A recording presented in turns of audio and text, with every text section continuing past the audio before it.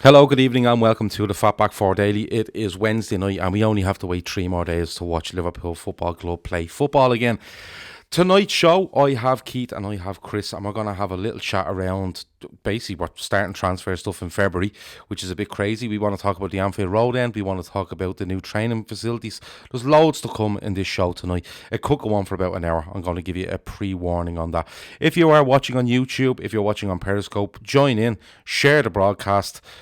Share it onto your timeline. Hit the subscribe button. Hit the bell icon. We're also on Discord tonight, so if you're watching it live and you have Discord open, throw your comments into the Discord under Fatback 4 Daily, and we will catch them comments there as well. This is brought to you by Paddy Power. It's a bookies, a website, and an app. If you gamble, please gamble responsibly, and remember to do so with Paddy Power. Anyway, that's all out of the way. Here we go.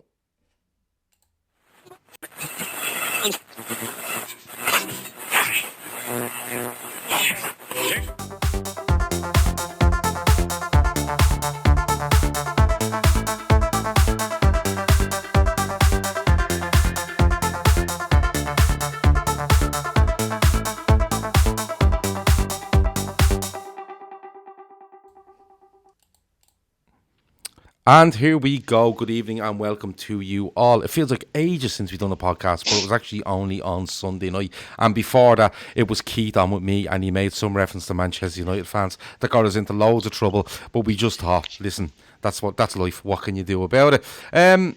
Keith, I'm going to start with you. And the transfer window is closed 10 days or so, whatever it's closed. And we're in the thick of speculation transfers for players all over the place at the moment. And the first one I want to come to is Timo Werner. There's loads of links coming out with regards to saying that Liverpool have been in touch. It's his preferred destination. And the biggest thing for me, Keith, is that none of James Pearce, Melissa Reddy, Paul Joyce or the like have shot this down. It seems to be gathering pace and at quite an alarming rate now, isn't it? It is, yeah. It's all the silence is deafening, really, isn't it? From all the usual suspects, as you said. I think, and I've thought for a while, it's the most likely signing. And I know we're going to touch on more players in a minute, but I think from an attacking point of view, I think Jadon Sancho was going. Oh, not Jadon Sancho. Timo Werner, Freudian slip there. Timo Werner is going to be the most likely arrival, and as you said, you're looking to your Melissa Reddy's, to your Joyce's and all these other boys, and they're not shooting it down. And that, to me, there's too much traction, I think, in this rumour for there to be nothing in it. And I know I've seen rumours that we tried to seal a deal for them in January and leave them there till the summer, and it didn't pan out that way. But I can't see all roads lead to Anfield for Timo Werner, if you ask me. Chris, if all roads lead to Anfield for Timo Werner, people have made out as soon as we get linked with a player in a forward position, people think, oh, one of our front three is leaving. Does this Werner link and the player himself come across as the perfect addition to ensure that we don't lose any of our front three, that we don't have to, that he can literally play anywhere across that front three in different types of, he can play a really box striker. He has the pace. He can play out wide. Is he the perfect complement for a front three that's already there? As opposed to a fella to come in and go, listen, he just has to start, and it means one of our front three may go. Does he come across that way? I think he comes more across now as someone who can supplement the front three. I'll be honest, I've been sort of umming and ahhing over the season whether it wouldn't surprise if one of the front three left, because I thought, well, if they win the league, win the Champions League, they might want to try something new. My gut feeling was it might have been Salah, but as the season's gone on, I'm sort of thinking I think the front three will stay as they are for at least one more year.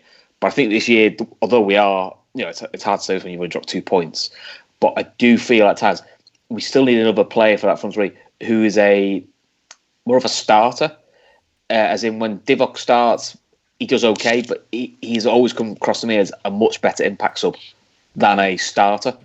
And whereas I think if we put Manny on the bench and you start Timo Werner, Firmino, Salah, or whichever combination you want, no one's really panicking. Everyone's going, okay, so that's what we're going with this time. And it does still give the option, which we did have with Coutinho at times, which was just play all four when you're playing the Dross at home.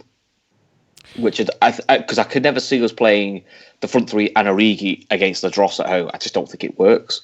He's not the type of player to play in. If you're playing 4. I think so, yeah. Because if you want to do the 4-4-2, you can play Salah and Mane wide, or if you want to do 4-2-3-1, you can play Werner pretty much from the left coming in, or you can play from the middle and play Bobby behind him. They're still quite clever and quite interchangeable from what I've seen. I don't proclaim to have seen tons and tons of German football, but whenever I see him, he just looks a high quality player, and I think it feels like a Liverpool signing in the sense of we normally are quite good at trying to find these players who've got either got off the boil in the media circles or have some sort of a buyout clause in the contract. Yeah, no, it comes like he has got he did sign a new contract, but had got a deal, with a buyout clause thrown in there. I think somebody said 60 million. I think that reduces massively after the window in the summer, though. I think that could go. I think I heard someone saying that could go down to somewhere close to 30 million. But I think, I don't know. You guys, Keith thinks all roads lead to Anfield. I think Chris is fairly confident on it as well. I'm looking at it going, he comes across to me as the signing that looks like it just fits. He has all the attributes that we need. He is strong, he is powerful, he's quick, he has an eye for goal. You've seen this season, on our Discord group, they were discussing him last night, and one lad was saying, no, he doesn't feel he is the quality that we need. Others shot that down, but again, it's all about opinion.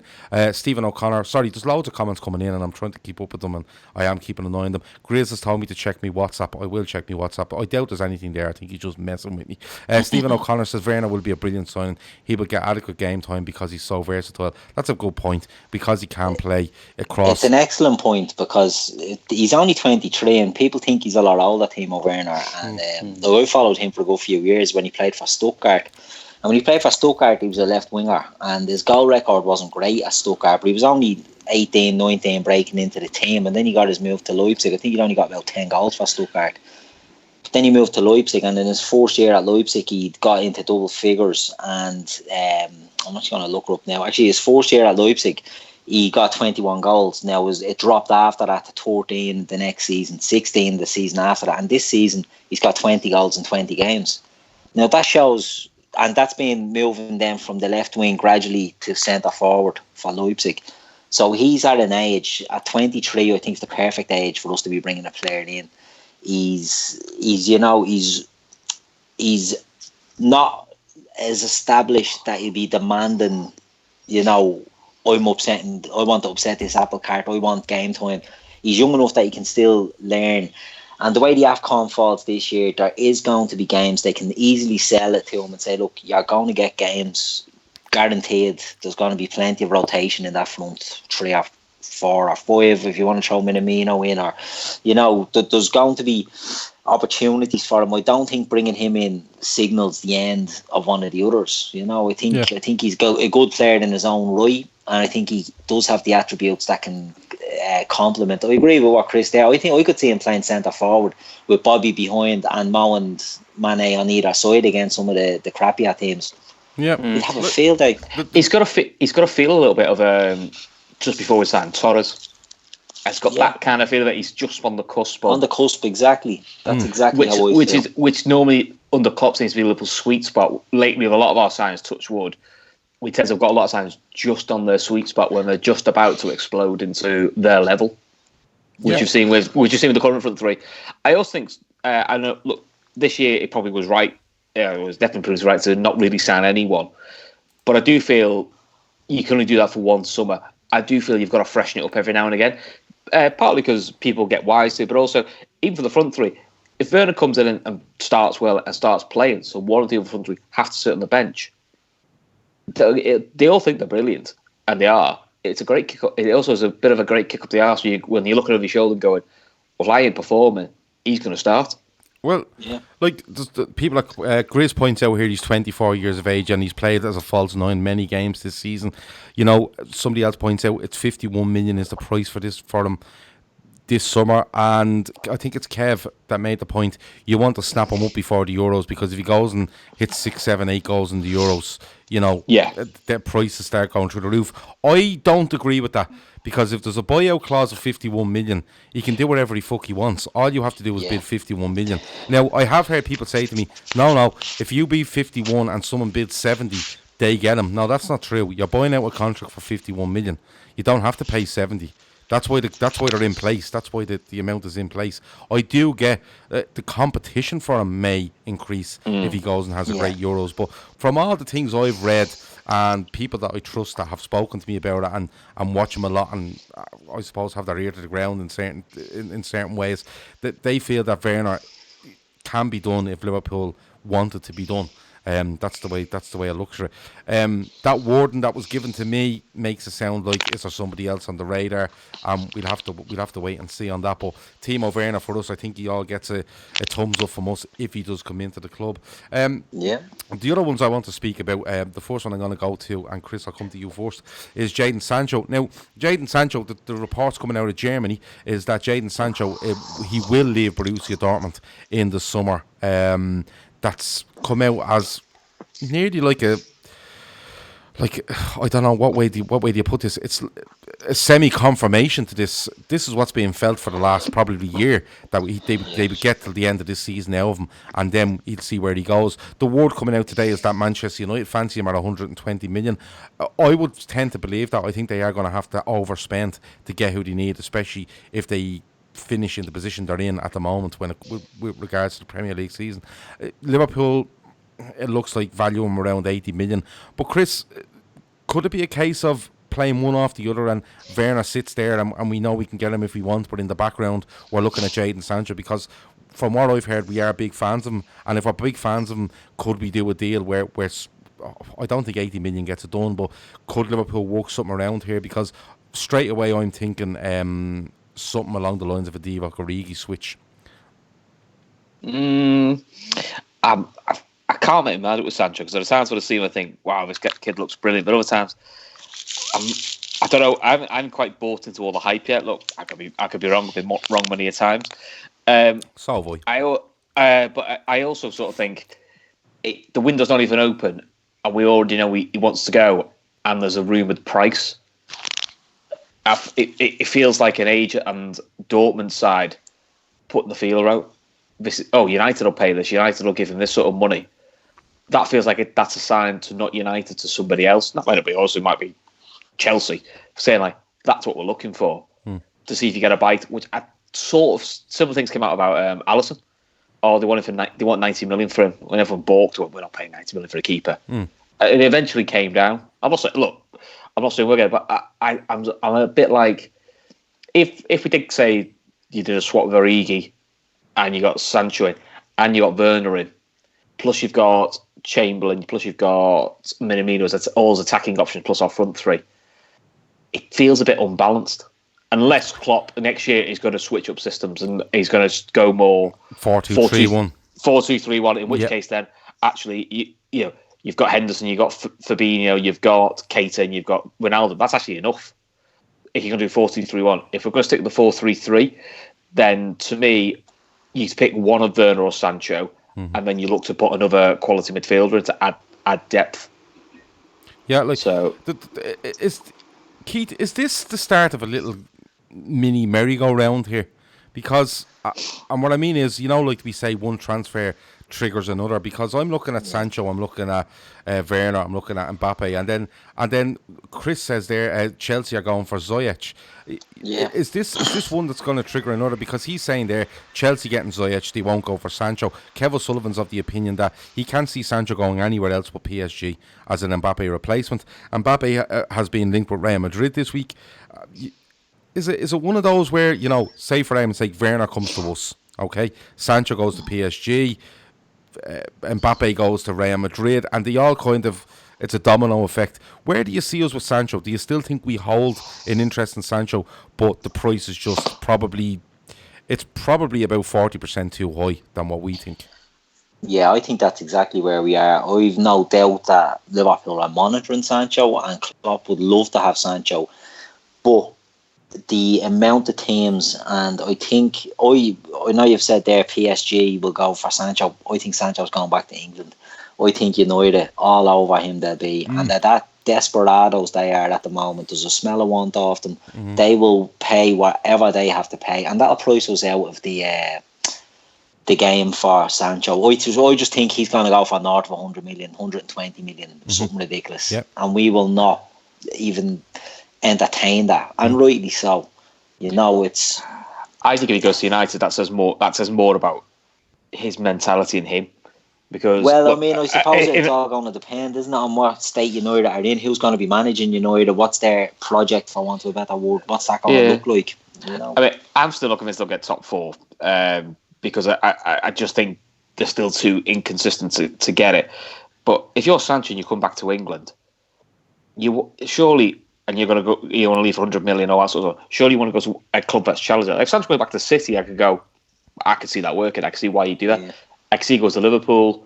Those sort of. They're the two sort of. If he wants to go to, surely they're the two clubs he'd want to look at, because he'll look at the points gap. I know the points gap was in City this year is massive and ridiculous, but I can't see City being this bad next year, being this far behind us next year. They'll probably still be behind, but just not as much. Avo there says, and Avo makes a really good point.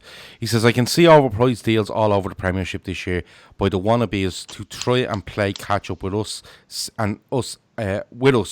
City, United and Chelsea will all try to buy their way back.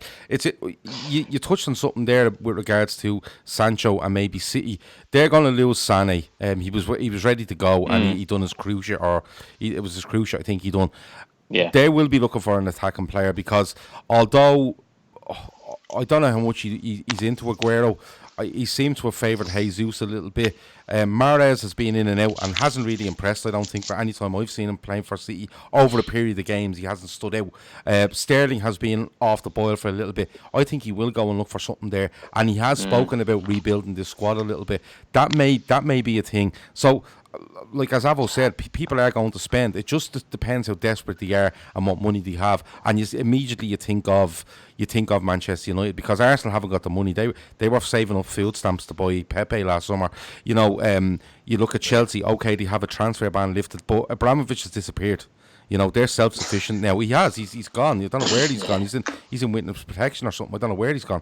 But when I look at this, it screams Manchester United, whether that's Sancho, whether that's Werner, whether something else comes up. Did he go mega on something? Because the talk of them now was, Pochettino's in the press now saying he wants to come back to England. He's waiting for the next job. Listen, Pochettino's being paid by Spurs until the last day of this season, and then he's free to go and do what he wants. I'd say that's what was in his contract. But do just random thoughts. I've just thought about is the likes of Dortmund releasing this sort of fee for Sancho?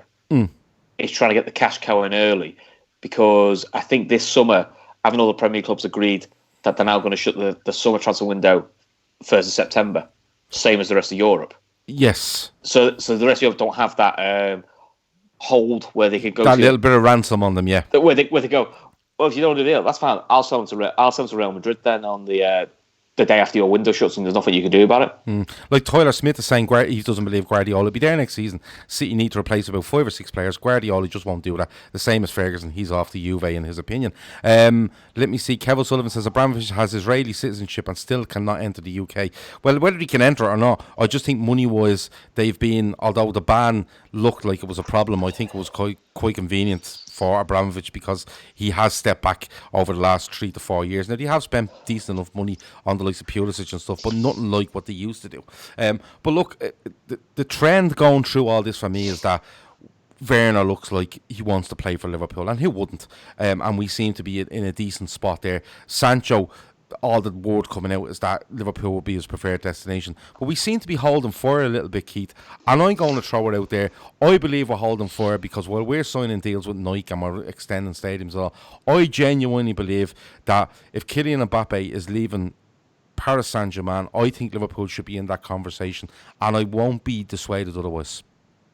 I think they are going to be in the conversation, Gav, but I think they're going to be in the conversation with Real Madrid, and I think when it comes down to it, I think all the bean counters and all that, Liverpool will look at that deal and will have to weighing in Kylian Mbappe for the fee will be astronomical. I mean, we're talking 200 million plus. I think if you get Mbappe, as great as he is, and he's a great player, I think that causes real big club problems. Yeah. In terms of, I think for Liverpool to afford him, I think you've got to sell one of the front three, because I don't think we don't There's have no rotating then. There's no rotating. No, we can't. Because United and City could still spend 300 million on a player and be shite, do nothing, and sit on the bench like they were Sanchez, sat on the bench on 300 grand a week, and didn't hurt United. And it did, but as a business wise, they could cope with that. We could never cope with a mistake like that. So that's one thing. The other thing is, if we get him, he's on 300 grand a week. If he's on 300 grand a week, you have to put up all the front three's wages. You got to put Van Dijk's wage up. You got to put Henson's wage up. Because Henson will say, Henson will say, I don't mind being paid. I don't mind the front three getting paid more than me because they're boss. And they get paid say 50 grand a week more than me. That's fine. But he won't. He can have a club that good. But hang on, I said, I'm not having some kid coming Mbappe, as good as he is, being on 200 grand a week more than me. I'm the club captain. You're taking the piss there. I want it. So then it becomes a big money question then. Look, if the club can afford it, great, I'm all for it. It's not my money, so it doesn't bother me. They can definitely afford it. Does the Nike... I don't know, could they afford it? Probably, yes.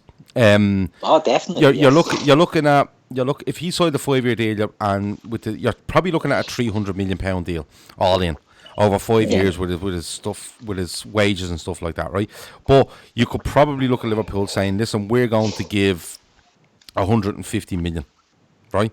150 million towards the transfer, but then it comes down to, do Nike want a big marquee signing? Are Nike willing to go, listen, yeah, we'll throw the money in there, we'll top up your sponsorship and do something like that? Will it happen? I'm not too sure, but just the way I'm watching these things, and it just feels to me like Liverpool are not rushing into anything, because nowadays they can just turn around to Leipzig tomorrow and go, we want Timo Werner, we're giving you 51 million, we're announcing it tomorrow, and they go, yeah, fine. We can go to Borussia Dortmund and say to them, we'll give you, like somebody suggested there, they feel that Michael Edwards could probably do it for 80 million plus add-ons. He could go in there and go, I'll give you 80 plus 25 in add-ons, and we're announcing it tomorrow, and they'll go, fine. The fact that it hasn't been done, or nothing concrete has been set in stone there, makes me think that they are looking at their options. And no doubt about it, they're looking at these clubs going, we like that player, but not at that amount. It's same with Kai Havertz, 120 odd million he's being quoted at. Kai Havertz, I've seen play probably 3 times. I'm not going to pretend to be an expert on him. There is good reports on him, but he's a cracking little player. He is a cracking player, but is he 120 million? Probably nowhere not. Near it. The market's gone mad. Yeah, there's loads of comments coming in. Tyler Smith says surely Nike will weigh in with Mbappe, with him being their main man. We'll have to see. Supercar Kieran says, don't you think with the longevity of success, costs are naturally going to go up? Wages throughout this team are going to push up. They do, but the way I see it, Kieran, is that the way Liverpool work it, and you'll see it in their accounts, is that they will be on a certain amount, but they do get big bonuses for being successful, and it's in a pro rata basis of what we win. So if they win the Champions League, as a simple example, if we win the Champions League and we win 50 million quid, we're probably saying to the players, we're going to split that 20 million between all of you. You know, the kind of way, that's the way I think it works out. Nordred says he thinks the wages does kill the Mbappe transfer for him. Let me see. Shaq says he has too much of an ego. Go on. Sorry, one thing I'd say about the Mbappe thing, why I think it won't happen, is it changes the whole dynamic of what Liverpool are under Klopp. Because if you bring in Mbappe, you are giving the keys to Mbappe. It's Mbappe FC then. He's not... I'm a huge fan of Mbappe. I really think he's an absolute superstar. But that then becomes Kylian Mbappe plus 10. And it changes the dynamic that we have there. We are a team. Even though we have superstars like Mane and Salah, they walk the bollocks off themselves. Bobby Firmino walks his arse off. But Kylian Mbappe does not do that. Yeah, but he doesn't have to do that. So it's hard to judge him. Jurgen Klopp isn't going to turn around and say, come on in here, Kylian Mbappe, and do what you want. Jurgen Klopp's going to meet that player before and go, this is what I do, this is what I expect. You're either in or you're not. You know, I agree, and I mean, when everybody thought he wasn't going to work, and he hasn't worked in the sense that it hasn't been blow everyone away, but he's worked hard to try and get in the team and stay around the squad. I just think Mbappe is too big a character. I mean, if you see him at PSG, He doesn't want even to be sharing it with Neymar. He wants to be the main man at that team. He falls out with Tuchel and has little spats with him. I just think he's too big. Yeah, he is. He is a bit, but I just think it changes the dynamic of what we have that's making us good, and I think that's what could turn us away. Maybe I'm wrong. Maybe it's more the media circus he'd create. Yeah, no, there will be a media circus, but what I'm saying is, like somebody said there, success pushes up costs, and that's the I suppose when you're successful, that's just the way it goes. You know, when you're that successful, there is more limelight on you. Yeah. There's more media attention. There's more everything you do. Like, listen, the people are telling me that, you know, Liverpool will sell Virgil van Dijk. You know, anything to try rattle you. You know, and these things happen. Yeah. But we are in, and you can't get away from it. We're in a situation here now where Nike have come in, and Nike are going to give us mega bucks, mega bucks. And if they turn around and go, listen, now I'm not saying that they pick Jurgen Klopp's side from. I'm not saying that they pick his transfers and stuff like that. But if they go to Jurgen, they'll probably go to Jurgen Klopp and go, listen, he's a marquee signing. Would you like him? And if Jurgen Klopp says yes, they go, we'll go and do it for you. There's loads coming in here. It just feels to me like Liverpool would be more of a... Liverpool's way would be more like, we'll find the next Mbappe. That feels like a Liverpool thing. Yeah. And when I say find the Liverpool next Mbappe, I don't mean find like some 15-year-old kid you've never heard of. Yeah. It could be just... it'd be like when we signed Mane and Salah, people knew about them, but no one expected them to blow up the way they have. That feels like a Liverpool thing. And it feels like a Jurgen Klopp thing that if he was going to spend 300 million... I don't think he'd blow it, a $300 million deal. I don't think he'd blow it on one player. Yeah. He'd feel like Klopp think, I'll take Werner, I'll take Kiev Havertz, and I'll take a Lovren replacement. And that's 300 million. And I think he would go, that would do me more good and keep the squad harmony. Yeah. I think that's the big balance. You know, I'm not saying he's a trouble cause and Mbappe, because I don't think he is, but it only takes the wrong signing, no matter how good a player, that can really piss the whole equilibrium of the side up. Yeah. And they are losing some big characters and some of that. I know people slag them off, but they are going to lose Lallana. They're probably going to lose Lovren. And they're quite big characters, and they're quite popular characters in the squad. I think they're going to be... I'm intrigued to see how they replace that sort of dynamic in the squad. Yeah, no, look, it is all just, you know, hearsay at the moment, but it definitely feels to me like... and it wouldn't surprise you, Michael Edwards, because he does an outstanding job. That Liverpool are just positioning themselves properly with regards to 4 players in an attacking position, get themselves into a position where they can nearly have a choice of them and then decide who they want. And listen, that's absolutely fine. Chris says he feels that Sancho is the next Salah. Jono wants Werner on a left back and he'd be happy. He also says that Tuchel is a wannabe Klopp. I cannot stand that man, Tuchel. I absolutely fucking despise him. For what reason, I don't know. I just don't like it's his head. I just don't like the look of his head. I don't like the Leipzig manager. Is it Nagelsmann? Yeah, Nagelsmann, yeah. Formerly at Hoffenheim. Yeah, he instantly winds me up. Yeah. But look, I'm going to ask you the question before we move on from this.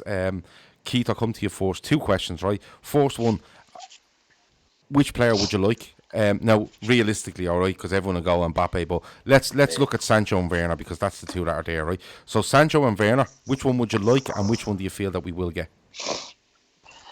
I like and feel we will get Werner. Okay. Chris, are you the same? I think Werner gives us something a bit different, which I think is what we need. Okay. Any shouts for buying them both? Yes, very much so. But I think that would be more dependent then on moving on one of our front 3. Okay. I think if we were to move on Salah and bring in Sancho and then have a front 4 that we would rotate, it would be easier to rotate, you know, Sancho and Werner. I take Werner and then an extra quality midfield option. Not saying K Havertz, but someone of that ilk. I think that gives us more balance. I'm trying to think of the balance here, because when you look at the midfielders we have, like you say, you lose Lallana, you do have the front 3, you still have a Origi there. I think Shaqiri will go. Yeah, I think Lallana will go, and you're probably looking at 2 to replace there. I think Origi might go, I'm being honest with you, to make room, because Minamino for me comes in as somebody that will probably play in the position Bobby plays in when he doesn't play. And I think you look at Werner and you're thinking he's definitely going to be ahead of Origi in the pecking order. But look, I can see Minamino being trying to be converted into like our Bernardo Silva, more of a number 8. It could be, absolutely could be, but there's loads of options there. But it's great to go into a summer where you're probably going, I'll take a Werner, I'll probably take a centre back if Lovren goes, and maybe I'd love a utility fullback that can play either side. I really like the look of the lad off. There's no major panic for the first time in ages. No major panic. No. It's tweaks. It's nice. I'm not saying there is a tweak, but you know what I mean. It's like nice additions to the squad, nice ways of strengthening. It's not like, Jesus Christ, we need to buy 8 players, because we had that for loads of years, didn't we? Let's buy 8 players and see which one sticks. And it's very rarely works when you buy 8 players. Jason Williams wants Werner. He wants Our, I think, is the lad off Leon. Our, is that who he's saying it? He is quality. And he wants a versatile young centre back who can play left back. That's not a bad shout either. Let me see. Kieran says, if we go for a so-called quality midfielder, don't we lose what our team is about, though? I think you need to look along the lines of what our current midfielder like. I absolutely agree with that. I think people don't realise how much this midfield functions, and the reason it functions is to allow fullbacks and forwards to go absolutely rasher week after week, and then just absolutely tear teams apart. But look, I'll move away from the players for the moment. There was a couple of random questions that came in on our Discord group earlier on. I will get to them towards the end. If you would like to add to them, you can throw them in the Discord group under Fatback 4 Daily, or you can put them on here in the next couple of minutes, and I'll try keep an eye on them. Random questions are king, and we love them. We absolutely love them. The next thing I want to get on to is the Anfield Road end. So the Anfield Road end. Oh, sorry, Avi says Jonathan David. Remember the name. I just keep thinking of Craig David every time you mention him. But I will remember the name. I'll write it down, I promise. But the next thing I want to get on to was the Anfield Road end. It's been announced that it's in around 7,000 extra seats. It'll bring the Anfield capacity up to around 61,000. They're talking about 5,200 general seats with 1,800 corporate. I've seen pictures, stroke plans for it earlier on today. It looks really, really well. It ties in well with the main stand. To me, when I look at it, I think, the Kenny Dalglish stand is definitely getting the same treatment at some stage, and the KLOPP will be built in a similar way, but just made as one tier, and they'll try and knit that together. And I do think that the target overall is probably around 75,000 people at Anfield, and I think that's about right. But people have... It's a great thing, first of all, Keith, to see this being going ahead. They're hoping to start it by the end of this year and hoping to have it ready for the 2022-23 season, because I think there is a lot of work involved with infrastructure around the ground with this one. Rather, where the main stand, he had the space. This is a lot of infrastructure and may take a little bit longer. But first of all, Keith, it's great to see the attendance going up, the capacity going up. Yeah, it means more Liverpool fans on the ground, and that's what we're all about. People have like, said, oh, what way will it affect us? And tying in with Kirby, which is 50 million quid, but tying them in together, people have said, it is great for capacity and stuff like that, but how will it affect us going forward in, say, the transfer market? Keith, there's no way that this is going to affect us, and I'll put this to you, right? Kirby, I think 10 million of it's being paid for by Melwood, and I'd say the money is being put aside over the last couple of years to do this. I don't think that's taken out of any transfer war chest that people like to speak about. And the second thing is, I can see that this Anfield Road end and eventually the Kenny Dalglish stand and the KLOPP will be funded by FSG with a tax-free loan, which the club will pay back over a set amount of years, and again, won't affect us massively financially. It's all good, isn't it? It's great. I mean, Kirby's costing 50 million. Look, that's nothing. The new Anfield Road, they're saying 60 million to build that stand. This is going to have no impact on our business going forward, because it's not like a Spurs or an Arsenal who had to plunge in for the whole stadium and were billions in debt, or hundreds of millions at the time in debt. This is a sensible way. Everything we're doing is turning to gold at the moment, and FSG, one of the biggest strokes they pulled was not building a new stadium, and by going down the road of renovating, redeveloping Anfield, because they're doing it in bit by bit. And that new main stand, that's amazing, right? And it's added greatly to the look of the stadium and the surrounds of the stadium. And the new Anfield Road will do the same. You know, and we regain the atmosphere, we regain the spirit of the place. It's win-win. You know, there's only positives coming out of these moves. Yeah, no, it's absolutely positive. I just want to go back a little bit on Sancho and Werner, because Chris has sent me a private message, a tweet from Anfield Watch, at Anfield Watch. It says, breaking, Liverpool have informed Borussia Dortmund of their desire to sign Jadon Sancho this summer, with the German club expected to demand at least 100 million for the 19-year-old forward, writes Dominic King. Take that whatever way you want, but I can't see it on Dominic King's Twitter feed, though. well, the Anfield Watch have it down there as Dominic King. So I don't know whether he said it in an interview, he said it on a podcast, or a tweet, or it's in a piece he's written. I'm not too sure, but that's what Anfield Watch have from Dominic King. We'll follow that up after the show and see what happens. Let me see. Stephen O'Connor says more revenue from the ground plus the concerts. I don't think money will be an issue for any player. It's more an issue of fitting them into the best team in the world. That's you're spot on. Let me see. If we spend it, won't be any more than 100 million, says Luback. I presume that's with regards to players at the moment. Northred says, can you imagine a red wall as opposed to the yellow wall in Dortmund? It'd be absolutely unbelievable. Jer Cahill says Harry Wilson pays for Kirby. He will go very close to paying for it. But Chris, you know, you travel up the games, you go to the women's games, you go to Anfield quite a bit. I know yourself, I think your brother go. The one thing I will say about Anfield is I've sat in the KLOPP, I've sat in the main stand, I've sat in the Kenny Dalglish stand, both the old main stand as well, you know, the old the Centenary stand, the Anfield Road end. And the Anfield Road end for me, unless you're about 10 rows from the front on the lower tier or up the top end, up the top tier, it can be quite a frustrating place to try to watch Liverpool from. Yeah, I haven't watched too many games there. I mean, I don't get in the main. I mean, I don't go to many games, but when I do, I've done one game in the main stand, and I must admit, when you go from the new main stand back to the Kenny Dalglish stand, which were the other sets, it is a bit like going back in time. Yeah.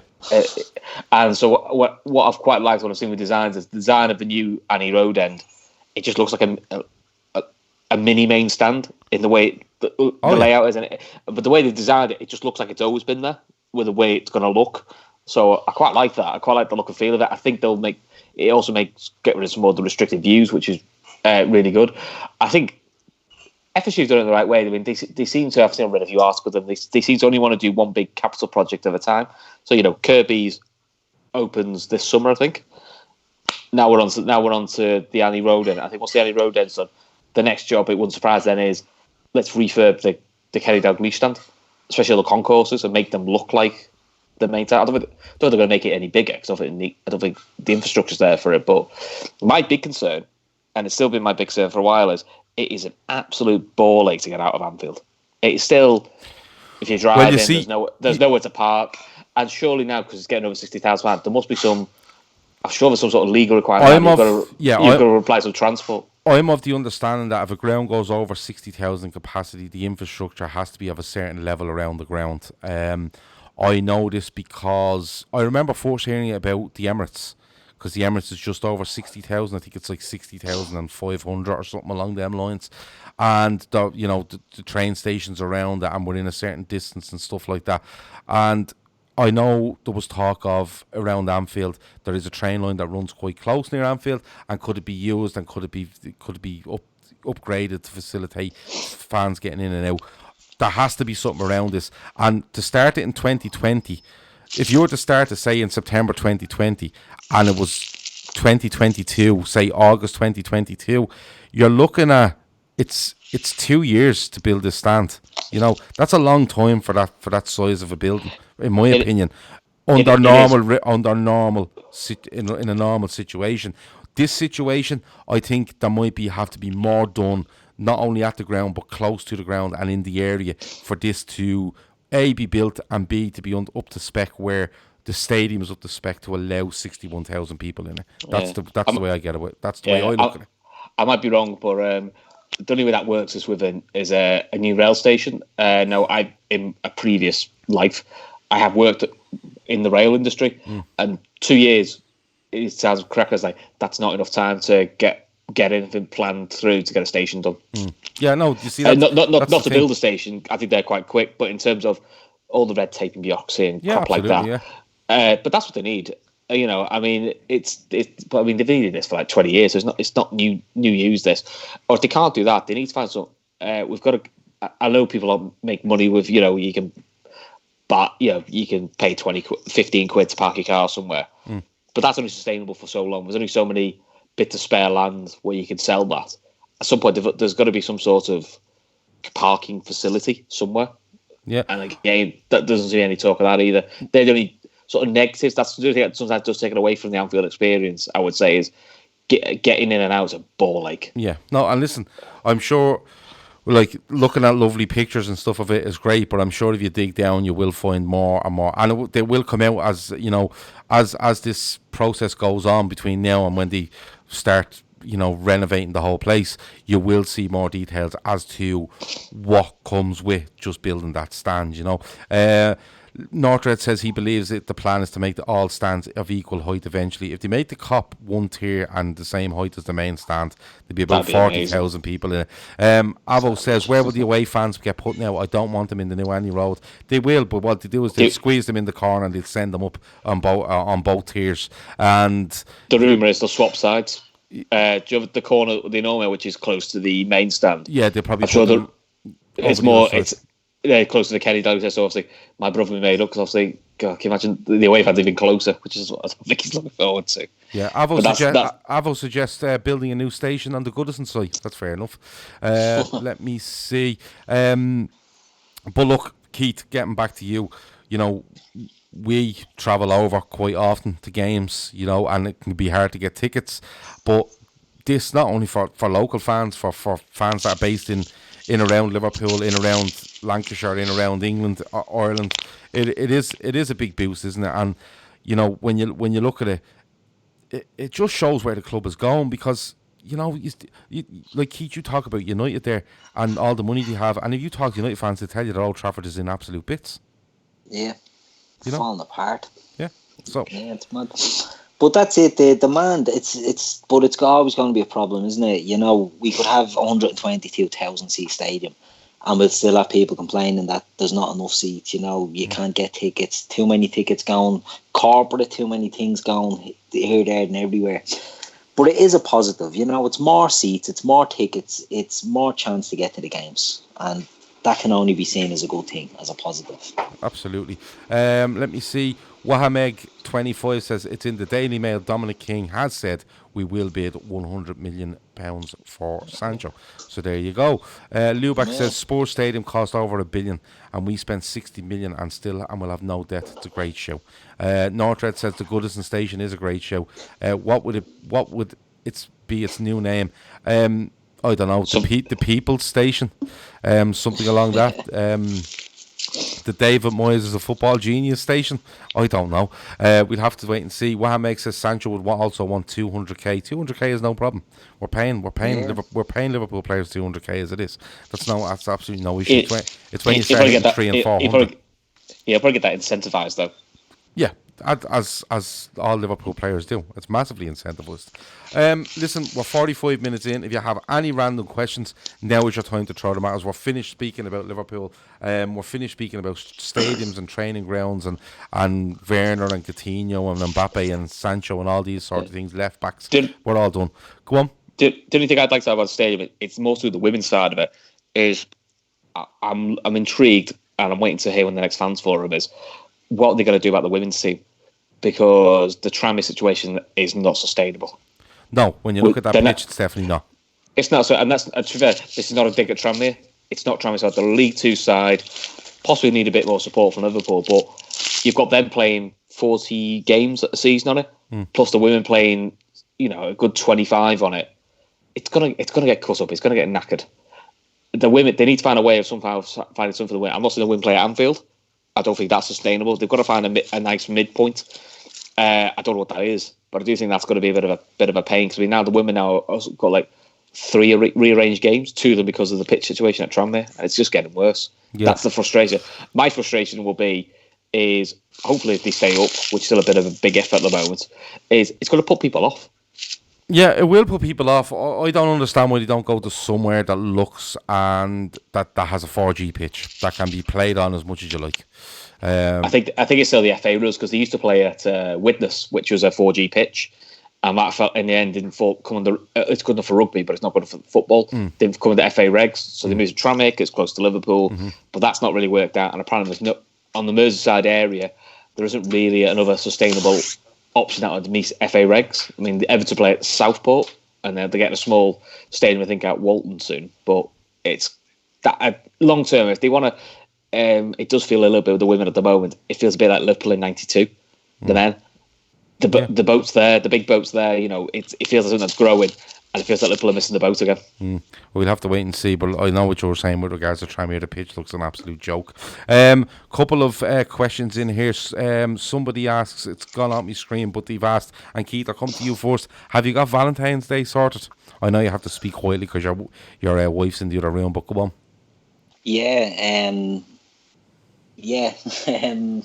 You can't say that, can't you? What you say, yeah, exactly. Yeah. Did you buy a milk tray, did you? Not yet. No, are you going to?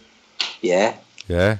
Well, like, I mean, I'm off to a wedding on Valentine's Day without the missus, so you know, we'll have to brush over that. 6 cans, get 6 cans.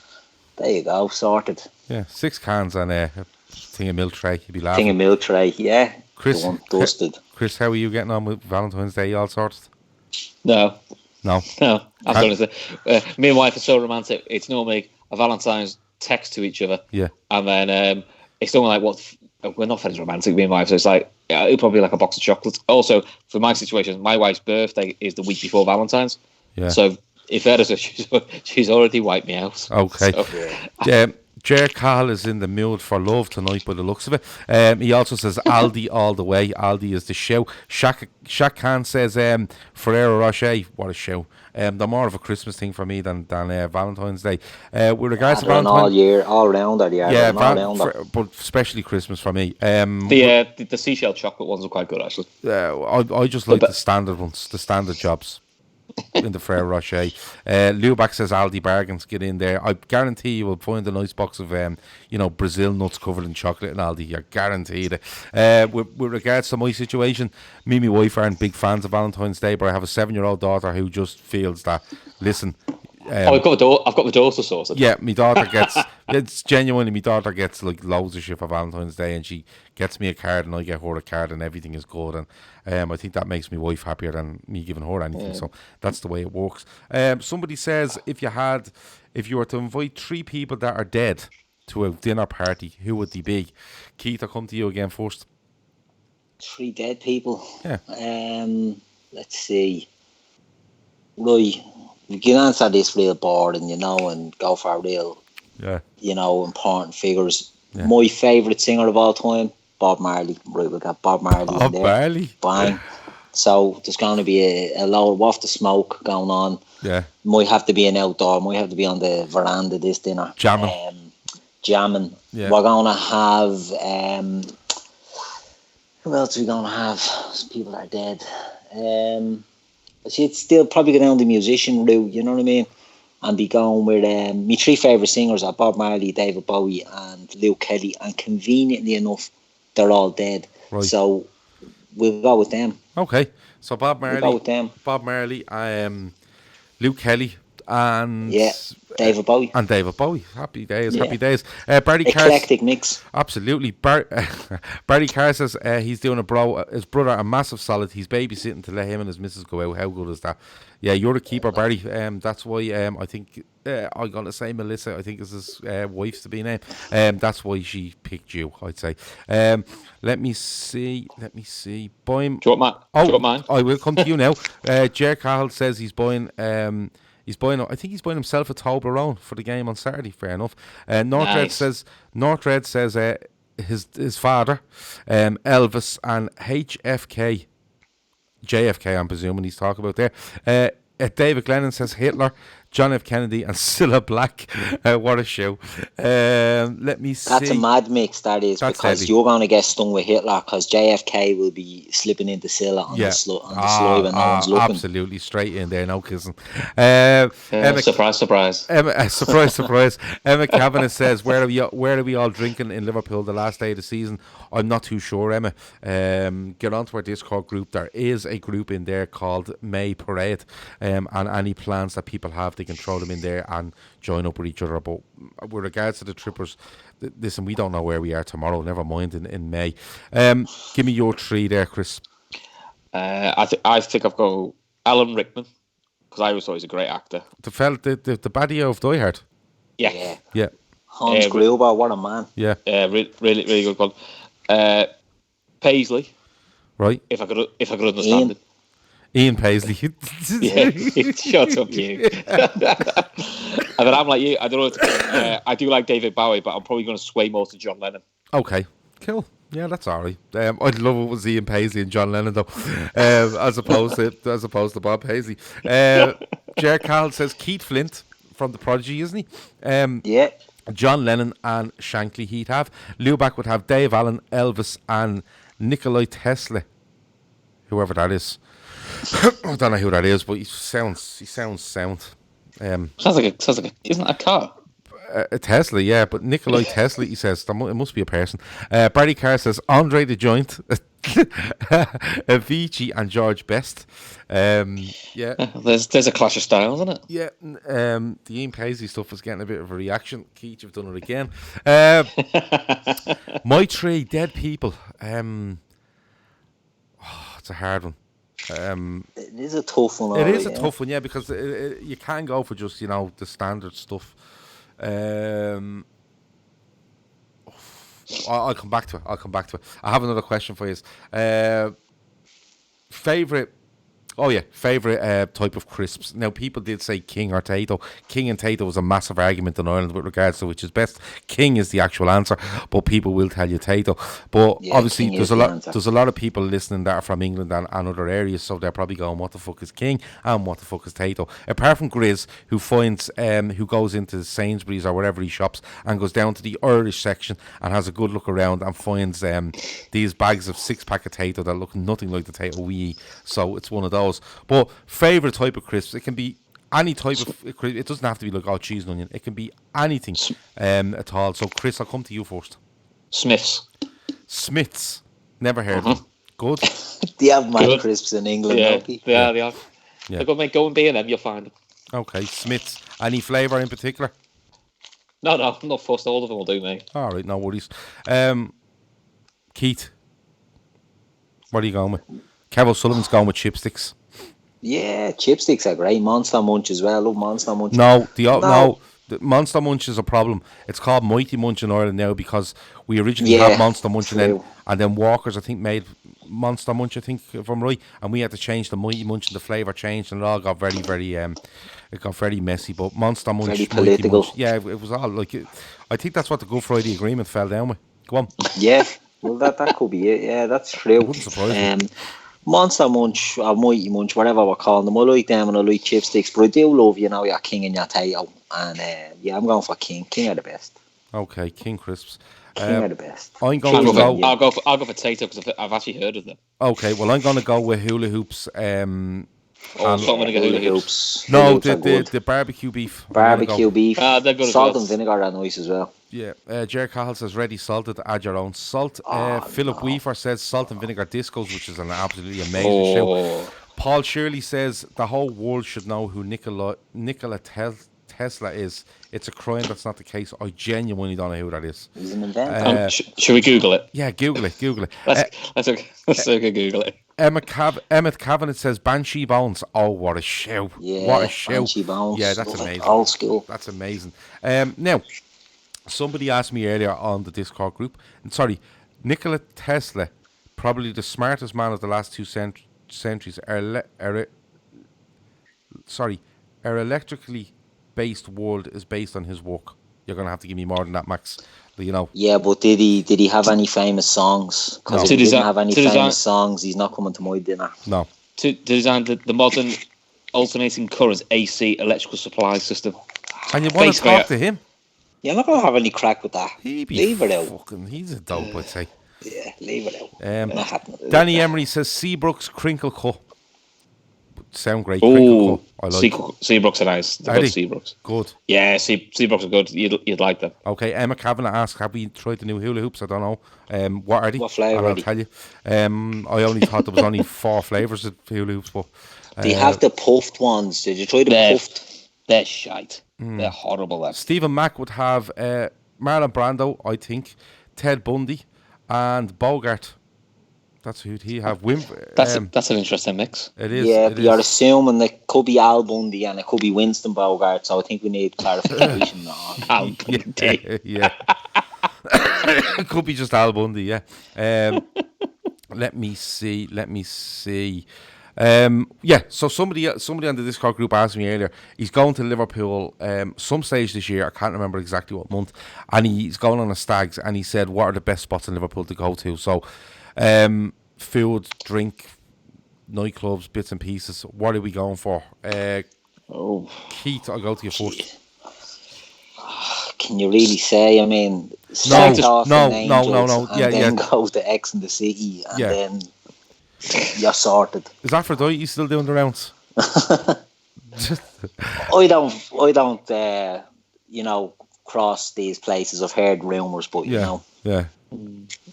But I'm always a big fan of Slater Street's always a good neck of the woods to go to. Well, the ones I'm going to give you is go to Shiraz for your breakfast and go to Alma de Cuba for your night out. Alma de Cuba is just off the fucking wall. Good. It's that good. Ella says... Don't go to Matthew Street. Avoid Matthew Street. No, don't go near Matthew Street. And avoid Concert Square. Yeah. The only thing I will say for Matthew Street and Concert Square is if you're on a Stags and if there's loads of Concert Square and Matthew Street is the place to go to get you in. Yeah. Ella says, do Pringles count as crisps or are they a category of their own? No, you can count them as crisps, Ella, if you want. Absolutely fine. That's no problem. Black Sea Stag do. Heebie-jeebies is quite good as well. Heebie-jeebies, fair enough. It's near Alba de Cuba and all that neck of the woods. Yeah, no, there's loads of good places in Liverpool, like loads of them. Yeah. Do you know what I mean? You can go anywhere. Let me see. Philip Weaver says pea soup and a lap dance only in Liverpool. There you go. Depends on his age group, says David Glennon. Let's pretend he's between 25 and 40, just for argument's sake. Start in the sand and let the rest of the night take you wherever, says Kira. Let me see. There's a new Shiraz facing the Adelphi, says David Glennon. The one I go to is on North John Street near Liverpool 1. It's just the best breakfast when I get over there every single time. If you have any more random questions, throw them in there.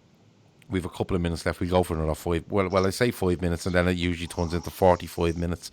If you haven't listened, if you have listened to me and Andy over the last 4 to 5 weeks, we've done 3 podcasts together. I think they've totaled somewhere in the region of about 4 hours. I've managed to cut that down to about 55 minutes and stick it out as a podcast last night. It's all just the stuff that we spoke about. There's no football involved. It's all just random stuff. Go and have a listen to that. It was actually even funny listening to it back. Andy's just he's off the wall. What 3 celebs would you go on a pub crawl with, says Lubac? Anyone want to take that? Oh, these can be alive, can they? Could be Bobby. Well, I hope they're alive. I wouldn't be dragging 3 coffins around me. Yeah. But Bobby and KLOPP would be good. Bobby and KLOPP? Because they actually drink. They're one of the few on our team that drink. No one else drinks. Okay. I can imagine Bobby's are good for a night out. Okay. Keith, anybody? Jesus, going on a session with Bobby would be good. I like Bobby because he's a bit out there and he's a bit mad. You're not going for 2 points a bit or around with Bobby. Mm-hmm. You're going to some mad shops. So I do like that. It's a bit more edgy. I get the impression Alison likes to drink as well.